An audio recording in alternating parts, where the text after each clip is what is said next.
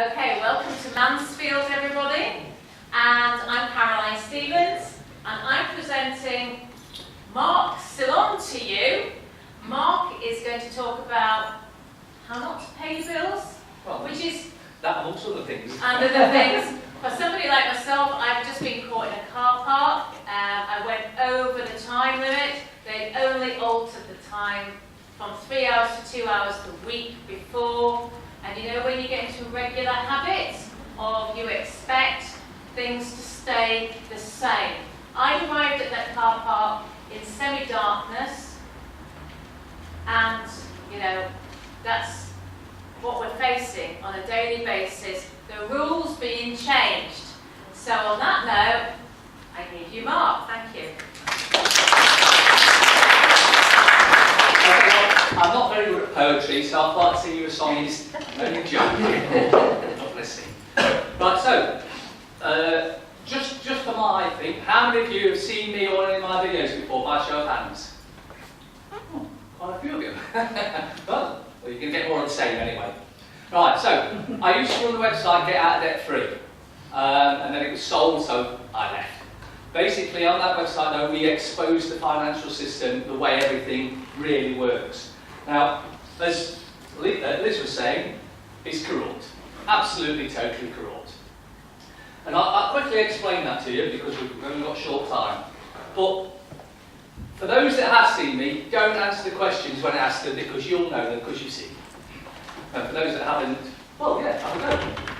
So, when you go to borrow some money from the bank, you go in and you fill out an agreement, yeah?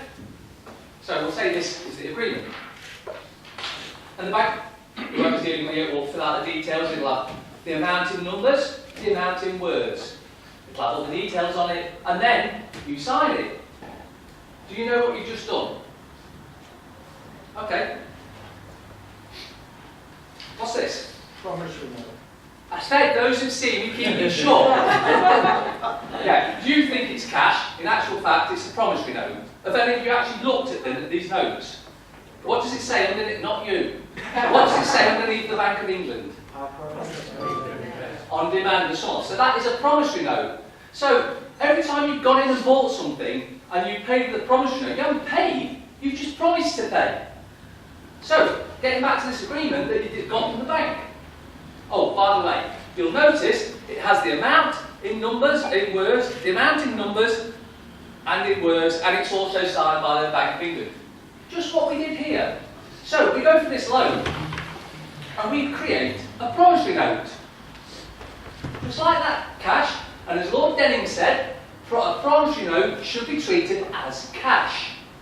So, you created the money, the bank pretended to lend you. All they've done is change the promissory note for digits on a computer screen. So you created it, they then pretend to lend it you, then they want you to pay it back plus interest. Can you see any problems with that? Well, if you created the money, why would you have to pay it back? But the way the banking system works, it commits fraud daily. Just as Liz was saying, mortgages are exactly the same thing. That's a bigger fraud than just a loan fraud. With mortgages, again, you fill out an agreement, so you create the money for your house. When you create that promissory note, you have created the money that pays your house off in full, there and then. Now, if you've had a mortgage, you'll know that when it goes to the solicitor, he'll say, sign it, but don't date it. Did you know that's also fraud? Do you know why that's fraud? Well, apart from the agreement, they'll also get you to fill out a contract. And you should be asking yourself, why am I using an agreement for the cash and a contract for the house? Well, that's because they're scamming you. So you created the money for your house, you own it outright, because you created the money that the bank's going to pretend to lend you. For about 3 days, you own that property, free of all encumbrances, which means it's got no debt on it, until they date the agreement, and then they commit fraud yet again by, again, pretending that you've actually borrowed something And then they use the contract for the house. Now, in that contract, it states that you're promising to use your home, your house that you bought, you paid for, as collateral for the alleged loan. Except we now know that, of course, it wasn't a loan, you created the money. But what they do is you couldn't use that house as collateral for an alleged loan unless you owned it outright. And as I said at the beginning, when you filled out that agreement, you did own it outright. But then they use a contract, and the reason they don't use a contract, they use an agreement, is because an agreement, they can just fill out and make up any crap they like, which they do. Whereas a contract, they have to give you certain terms and conditions, full disclosure, where it's come from, where it's going to. But if they did that with the loan, they'd have to tell you, well, actually, you created the money, but we just scammed you. So that's why they use an agreement rather than a contract. Now, if you, like I said, I used to moderate the website Get Out Debt Free until it got sold. And then a lot of the people on there, because we have some fantastic researchers on there, they moved over and set their own website up, where you can find letters that we supply, which, if you, for instance, taken a loan out, not for property. If you own property, don't go down this route because they'll simply put a charge on your property. But if it's a loan, you don't own a house, when I say property, I don't mean cars, it's houses. You can then, you've taken a loan out, and for some reason, whatever reason, it doesn't matter whatever reason you can't pay back, bearing in mind that you shouldn't pay back in the first place because you created the money in the first place. You fall into hard times, you can't pay, you lose your job, you're injured, anything like that, for whatever reason you can't pay it back. Go on the website where the members moved over to, it's www.goodf.forummotion.com. That's GOODF.FORUMOTION.com. And we have template letters on there that you can use. It's a 3-letter process. When they first started out, they were very basic letters, simply at saying, prove that I've borrowed something. Now, the other thing is, when you allegedly take a loan out and you default on it, what do you know the first thing the bank does? No? It claims on the insurance policy, so your loan gets paid off in full to the bank. Secondly, as Liz was saying, that loan that you created, they securitise, so they get money for it again. And then what they do, they then pass it on to a debt collector, who will then chase you for the money. But did you know there are certain bits of paperwork that have to follow that agreement around? There's a thing called a deed of novation. There's other documents that have to follow it around, but they stopped giving these paperwork, if they ever did, a long time ago, because most of them can't even recall it happening now. But this particular paperwork has to follow your agreement when it's sold on to a debt collector. A lot of them use in-house debt collectors, and you'll learn this by looking at the address that it comes from. They'll pretend to be somewhere different, but a different company, but usually they'll in-house it at first before they pass it out-house. Now, when they pass it out-house to an outside debt collector, these debt collectors will send you threatening letters. Now, the thing to get in your head here is that they are allowed to lie, and they do lie. Every time they send you a letter, it will be full of lies. With the template letters that we put together, we started fighting back, and I improved them over the years I was doing it, and I changed it. So we actually put the onus back on the debt collector. We said, prove that we owe you something, because, of course, you don't have a contract with a debt collector. They're a third-party interloper. You don't know them from Adam, but they claim that you owe them something. And they'll say because the bank sold it to them. However, because the paperwork, the deed of novation and the delegation agreement didn't follow with the paperwork. Basically, one of them documents is a tri-party agreement that you have to agree with for your debt to be sold to a debt collector. Now, one of the parties is the bank, building society, whoever allegedly lent you the money. The second is the debt collector that it's being sold to. Who do you think the third party is? Yeah. And if you've ever lent any money and you've ever got into default and you've ever sent it to a debt collector, have you ever been sent an agreement to fill in to say it's okay for them to send it on? No. Because you say no. So, they sent it on to a third party interloper. What we do in the letters, we ask them certain things, you know, prove the debt. Show me, have you got the original, very important, the original agreement? Because that's the paperwork you sign. Now, what they tend to do is they destroy them after a while, so they say. If they haven't got the original agreement, well, there's no agreement. Simple. So, whenever you get into these type of things, one of the first things you ask for, it's all in the letters, is the original agreement. Send me a copy of the original agreement, a certified copy. Very important, because what they tend to do, as I said, they lie and they will deceive you every chance they get. They will tend to send you something. It'll say, here's a copy of the agreement. And it might be a scanned copy, they might even have printed a copy off themselves and just sent it. And they rely on us being stupid and thinking, oh, they've sent it. As I said, debt collectors will lie to you. There's no law saying they can't. So they will make any junk up they like and pretend that's what you asked for. What we also put in the letters, after a while, we put a fee schedule in. And basically saying, I'm not working for you for nothing. If you want me to answer to your letters, then you're going to have to pay me. Well, that's fair enough, because they wanted you to pay for something that you don't owe them. So we put a fee schedule in. And I'll tell you a story about a solicitor who was chasing me at one point. Again, this gets a little bit more complicated now, because what I also do is I copyright and trademark my name.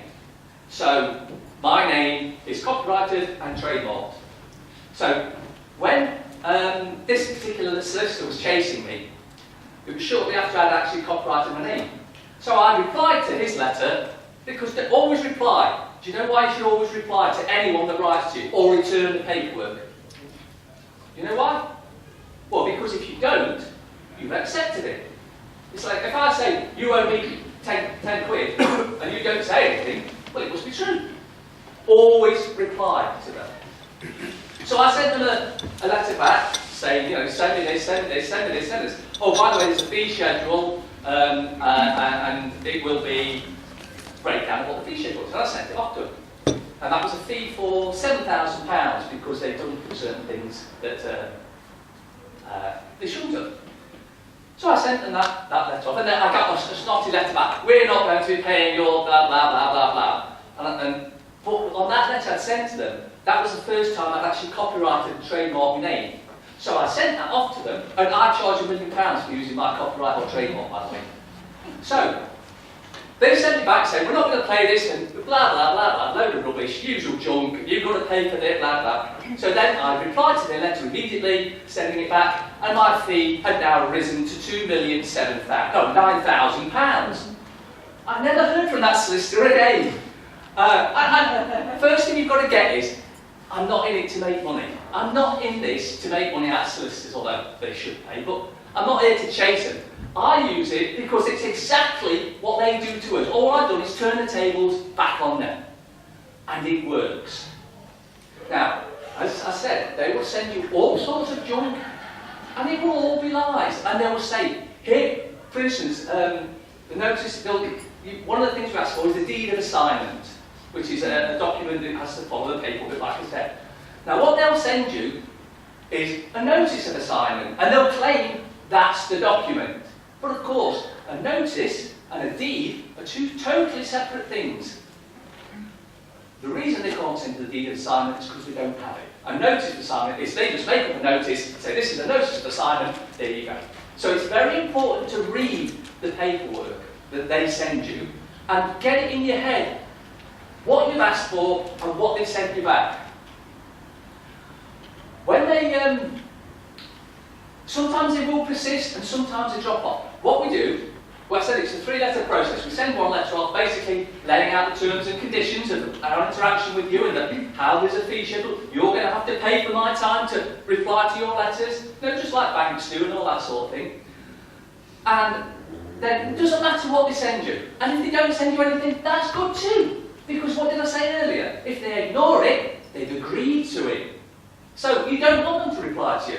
But if they do reply, it'll be rubbish, it'll be lies, it'll be deceit, it'll be anything but what you've asked for. So the number one thing, if you ever get a reply, you look at your letter. What did I ask for? What have they said? I asked for this and they haven't sent it. I asked for this, they haven't sent it. I asked for this, they haven't. They'll never send you what you asked for because they can't. So, it can, a three-letter process starts off, and generally, now this is not a rule as such, but generally, we'll send a letter off giving them 10 days to reply. And after 10 days, if they haven't replied, we send letter 2, which reiterates what we've put in letter 1 with a few extra little bits. And it's also, just for clarity there are different letters to banks and debt collectors. And we have bank letters and we have debt letters. And the reason being is it's slightly different, and it's worded slightly different, but it all works the same way. So we said after 10 days, no reply or a reply, doesn't matter. You send letter 2. And again, 10 more days. So after the further 10 days, whether they reply or not, you send letter 3. And if they reply after that, it's entirely up to you, but I really enjoy sending them bills. And that's what I do. Now, they'll try and ignore them, but when the bills start getting up quite high, they do get rather scared. And a lot of the times now, that as soon as they get the letters, even letter 1, I've had it with folks in the forum where if we sent letter 1 off, that was the last we heard of them. But you still follow on with letter 2 and letter 3, because what you're creating is a tacit agreement with them. Basically, you haven't replied to my letters, or you have replied, but you haven't replied in substance. So therefore, we're now in agreement, I don't owe you anything, I never owed you anything. And at that point, usually, or even before that, they'll sell it on to another debt collector. Now just think about that for a moment. Some big shot debt collector's been chasing you, threatening the earth's going to collapse, the sky's going to fall in, and yet they've sold it on to another debt collector. So, if the first debt collector, and I even said this in one of the videos, I've got loads of videos where I call them up and ask them things. And I said this to one of these debt collectors to call up. Always, by the way, look at the small print at the bottom, because you'll find that's where they usually have their real address. They'll make some fake address up here, or a PO box, as Liz was saying. And look at the bottom, you'll see the real address, and that's how you find out whether they're in-house or out-house. It's like one of my favourites to deal with is Loud, who are also red. And they also have an in-house solicitor, and they've got another debt collector, and they all pretend to be different companies. But on one of the occasions, I got this letter off another debt collector because it didn't pass it on again. So I thought I'll give them a call and see what's going on. So I phoned them up and said, "Yeah, hi, you sent me a letter saying I owe you some money." He goes, "Yeah, you owe me some money." But wait, the debt collector before you, he said the same thing. Well, yeah, but he sold it to us now. So let's just get this right then. So the number 1 debt collector, the big guys, they came after me and couldn't get any money out of me, so they sold it to you. Yeah, that's right. Well, if they couldn't get any money out of me, what makes you think you can? And of course, all I do, follow the same process again, letter 1, letter 2, letter 3.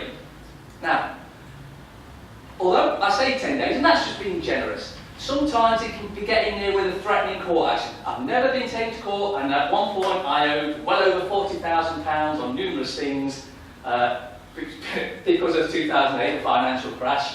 While we're on that subject, just briefly, did you know that whenever war's declared, the country instantly is made bankrupt?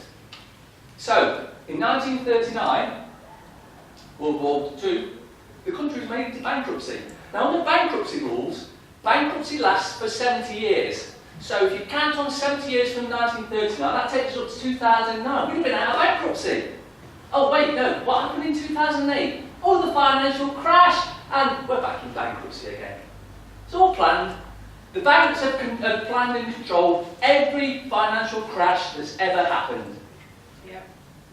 Now, as I was saying for the letters, we say 10 days, but sometimes they're threatening you with using the bulk centre, which is not the court, it's a room with no judges or solicitors or lawyers or anyone trained.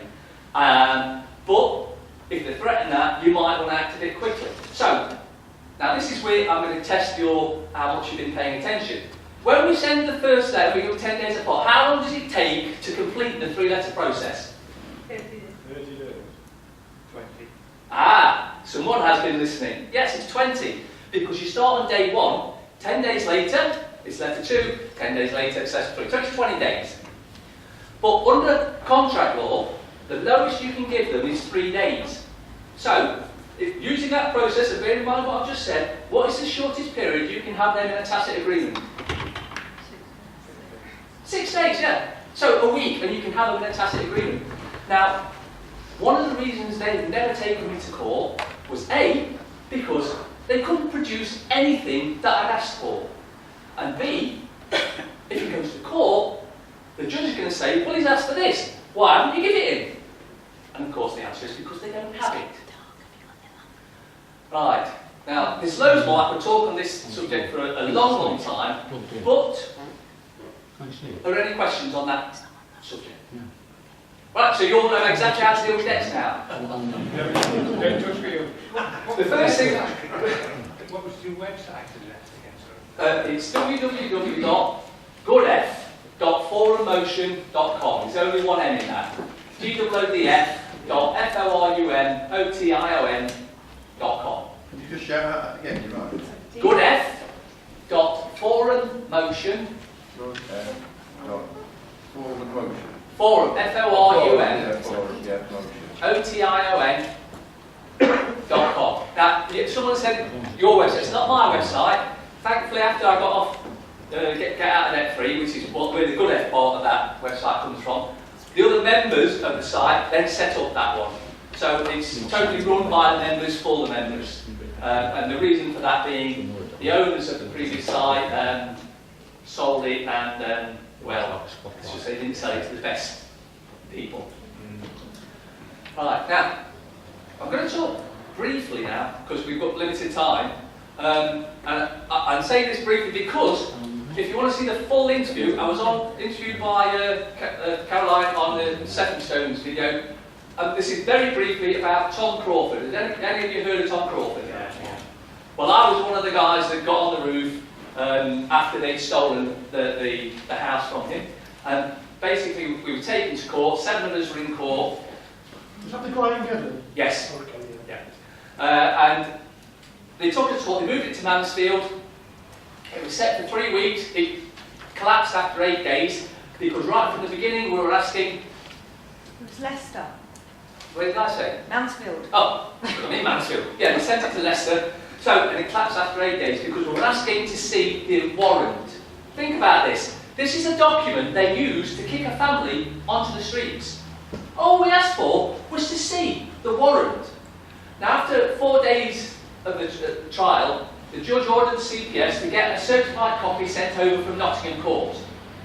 That was when we broke for dinner. After dinner, he came back and he had to stand up in front of the jury and say there was not a judge in Nottingham that would sign to say there's a certified copy of a warrant.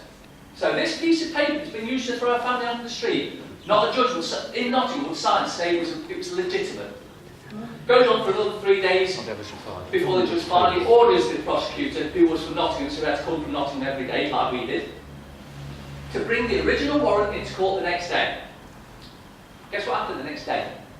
He stood up before the jury, in front of the judge, before all of us, and said, "We offer no evidence."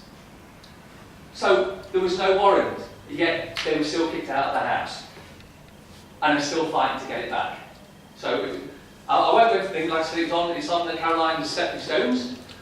Now I'm going to touch something briefly which will make him very happy. We all know, I take it, that you're not your name. Does anyone think they're their name? Does anyone not think they're the name? Number. Oh, I've got your hand. You did it. That's right. Put your hand on all this, Rob. It's just like. Are you talking about your straw man now? Yes.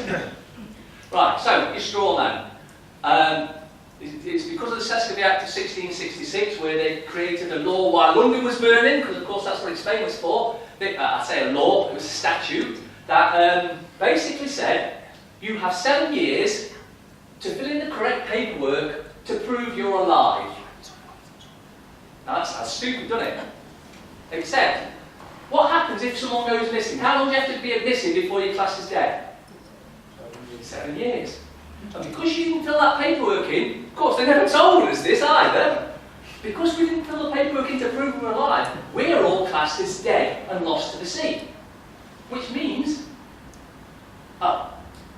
when you fill in any government paperwork, what colour pen do they ask you to fill it in? Black. And they'll say it's because it won't pick up on the scanner. Bullshit. Different colour inks mean different things. Black means you're dead. That's why they get you to fill it in black. Blue, that's commerce. You will use that if you're on the Sea of Commerce, which we all are. Purple is sovereign, and red means you're the flesh and blood living man. They all mean things, and it's tricky stuff. And the other thing about all these documents, you'll notice they all have 4 corners. Who has heard of the 4-corner rule? Oh, only one. Right, well, there's a rule called the 4-corner rule, which basically says anything in a box doesn't exist. So, you know when you get your gas bill or electric bill, it's in a box anyway, but if we ignore that one from the start, the amount is also in a box, isn't it? So it doesn't exist. The 4-corner rule, it doesn't exist because they, as a corporation, can only deal with another corporation. And that other corporation is what's known as your legal fiction. And if you need any more evidence that you are classed by the government as dead, go into a graveyard. You'll see all the names, all carved in stone, in all capital letters. If you've got a driving licence, look at it now, it'll be in all capital letters. Because it's the dead legal fiction, not you. But when they take you to court for whatever reason, they read your they'll read your name out, Bob Smith, and you go, yeah, that's me. And you realise it was written in all capital letters. You said, yes, I'm that legal fiction, not the flesh and blood living man. Because the flesh and blood living man shouldn't be in court. Because court, as pointed out several times by him, is a corporation. And corporations can only deal with other corporations. They can't deal with a flesh and blood living man. That's why they had to create a legal fiction, or a corporation, to do business with. Because corporations can only do business with other corporations. And by you going, yes, I'm Bob Smith, you said, I'm here to account for the legal fiction known as Bob Smith. Now, there's something, I'm only going to give you a tiny little bit of what I'm about to say now, because if I give you the whole full thing, you'll probably end up in prison.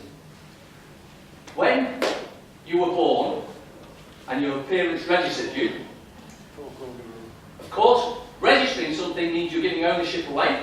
You can entitle ownership over to the government, so they own your children, they own you all. They also create a bond. Now this bond is the banks buy, and last I heard, which was about 5 years ago, the banks buy your bond for £6 million. Now you might think, well, why are they buying a bond that's worth £6 million? And the reason is, over your lifetime, you're estimated to earn X amount of money. And because you don't know about your bond, you haven't filled in the correct paperwork to prove that you're a flesh and blood living man, woman, child, whatever, the bank takes it. And your bond is then stolen, all the money is stolen by the banks. Whenever you go to, even for buy a TV now, they ask you for your national insurance number, don't they? Why is that the thing? No? Well, that national insurance number is part of your bond certificate number. There are a couple of other digits I'm not going to tell you about because I don't want you to get in trouble, but I know people, others should I say, that have accessed their bonds from a branch of a bank and transferred money out of their bonds to somewhere else. They also called the branch up, gave them the number, the sort code, the account number, and the bank said, it doesn't exist. Does anyone know why they say it doesn't exist? It's not on the letter. Well, your bank account is in the public. These bonds are in the private. totally different area. The banks, even the banks can't access them. Well, the bank staff can't. Those at the top know the game. Whenever you pay your gas and electric or whatever, if you pay them, every time they send you a slip out, and me and my mate have done videos on this, it's called paying by endorsement. I'm not going into that now because it would take too long. There are videos out there if you want to see them. The YouTube channels are Mark Ceylon, C-E-Y-L-O-N with a C, Ceylon with an S, and Sri Lanka C, S-R-I-L-A-N-K-E-R-C. That's because they shut one of the channels down at one point. Anyway, you'll find the videos on there. So they accessed this money and they moved it out. Everyone has multiple bonds. I've located 2 of mine, and I did the minimum bit of research, honestly. It was the bare minimum. I knew where to look, what sites to use, and I found 2, the first 2 that I actually looked up. I'm not going to give you any more details on it because you'll all end up in trouble, because until you learn how to claim that bond as yours, even though it's in your name, with your national insurance number and a couple of other digits, if you try accessing without actually owning it, claiming it, then they could do you. Like I say, my friend, he transferred some money out of his bond account over a year ago now, and it's not been taken back or anything like that. So these accounts are real, they do exist. We all have them. We should all have no money worries. But then again, that would be in a fair society, when the fact that you're all here tells me that you all, we don't live in a fair or just society. We live in one of the most corrupt countries on the planet. Yeah, yeah, yeah.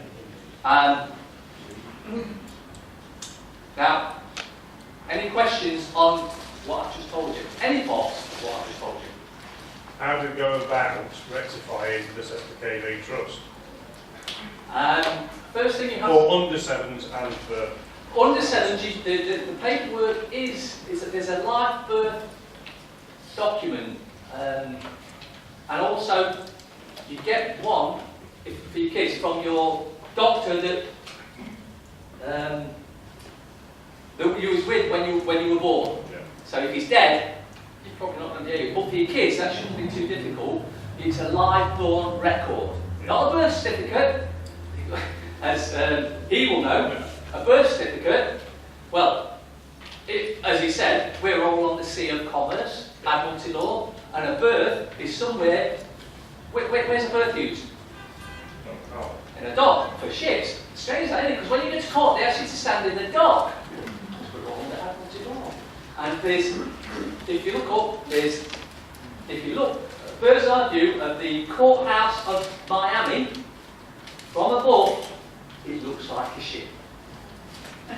It absolutely looks like a ship. And the videos, again, that's Tom Crawford found that one out. That was in one of his meetings, I think it was a Chartist meeting about a year or so ago, where he shows you the picture. And it's in the video, I put all the videos out there. It's in there showing you it absolutely looks like a ship. Right, well, and as we're short for time, I think. Oh, question? One quick one. You mentioned the procedure to go through for dealing with debt. Yes. Is it a different procedure for government, like councils and other stuff, fines? The problem with councils and government is they just ignore everything. The same bailiffs in the court. Yes, yeah. So you wouldn't recommend it for using that system for that sort of debt? Is that what you're saying? What specific debt are you talking about? So, say council tax or parking fines, anything. Parking fines, well, funny I know a system with parking fines for private and public. Well, parking fines, I did this about 2013 where I was on Edge Media, and I was talking about the debt side. Again, that's on the YouTube channel as well. And I got this big wad of parking tickets. I went out deliberately to get parking tickets because I knew how to discharge them. Because what most don't realise is a parking ticket is merely an offer of a contract. You go into any of these things and it says, these are the terms and conditions of being here. Well, do they ask you to sign, to agree to this contract? You know, you can only park here for 2 hours. Yeah, quick question. Great talk. I've heard two opinions on the Spaniard. Is he leading people astray, or is he a good guy? He's What? also talking about similar things as you are. I can't say one way or the other because I've not seen too much of his stuff. Some of the stuff he does have wrong. Right. Now, the parking ticket thing, I simply returned to sender and wrote across it in a diagonal from left to right. This will crack you up. Why do you think I've diagonally left to right? So, Because the pen is mightier than the sword, and generally you draw a sword like that from left to right. You write it off like because you're drawing your sword, and I sent it back, refuse the cause, 3 or 4 other lines as well that weren't necessary, I just need to refuse the cause. And I sent it off. And then I get a letter back. And the letter response was usually, due to a technical difficulty, your parking ticket has been scrapped. We're not going to check it. It wasn't that. It's because they were offering me a contract and I rejected their contract. Under contract law, you have 3 days to reject the offer of a contract. Now, unfortunately, after I'd gone on Edge Media, which was a TV channel on Sky, everyone all over the country that saw it was doing it. And the council suddenly realised they stood to lose millions and millions of pounds, which they did. Nottingham City Council lost around 5 million. Well, didn't lost. I helped rescue 5 million from those that they were trying to steal it off. So they got together and they decided, what can we do about this? Because, you know, it's bang on. Contract law, yeah, anyone can refuse a contract within 3 days. They said, we'll just ignore contract law.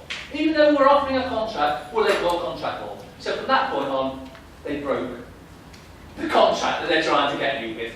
And now they just carry on regardless. But the thing with a parking ticket, they will usually come send it to bailiffs, private bailiffs, who, by the way, have no power whatsoever. No power. Again, bailiffs are like debt collectors. They can lie and tell you, they can steal your car and all sorts, but they can't. However, to protect yourself there, and this will need a lot of work by you, because I'm not telling you this, but let's just say I've got a lot of friends that have done this sort of thing, is put the car into a trust. And they pay X amount of money to have a trust address away from their home, because when you put it, when they come after you, who do they come after? The legal fiction. You. Although you're not the legal fiction, you accept that as you. However, if it's in a trust, who are they going to go after? Because it's not a man or a woman, or a legal fiction. And I've got rid of loads of bailiffs that way. Who do you want to speak to? Such and such trust. Yeah.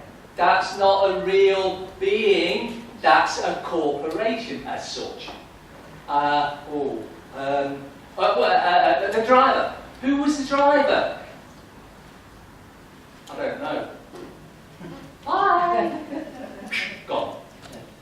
The reason it being at a separate trust address, you have to pay for it, it varies the amount, but if it's there, they aren't allowed to give your details out to anyone that comes, unless they have a legal, lawful warrant, which means it would be the police. However, they may turn up to an address, and the address could be in the middle of nowhere, but they usually are service managed, someone's in there managing things, and if they knock on the door, I'm looking for such and such trust. Under the Freedom of Information Act, I'm not allowed to divulge any information like that. See? Now, I'm not saying do this and go and get parking tickets, but what it does, it separates you from your car. You're still registered with the V5, but as your trust. Well, you don't register it, your trustees would register it. But that is something you've got to look into. I have friends that have done it, and they are the most happy at parking wherever they like. They don't park in bad places, but if they do something wrong, well, go to the trust address where nothing's going to happen. How do you deal with speeding allegations? I can't say that on camera. Have a word with me afterwards. Okay. But that is also very helpful because the police also go after the legal fiction. So the trust could be very helpful in that, but I'll tell you how a friend of mine has done it. In fact, I'll tell you how one of my friends has done it, and he claims he's done this 3 times, and it's worked every time. He simply returned its sender address not recognised, and they've not been back since. So he tells me, and that's over the last 2 years. 3 tickets gone. I'm not saying do this, I'm just saying this is how a friend of mine did it. It works for me anywhere. Okay, but with that, I think that's about time for me. Thank you.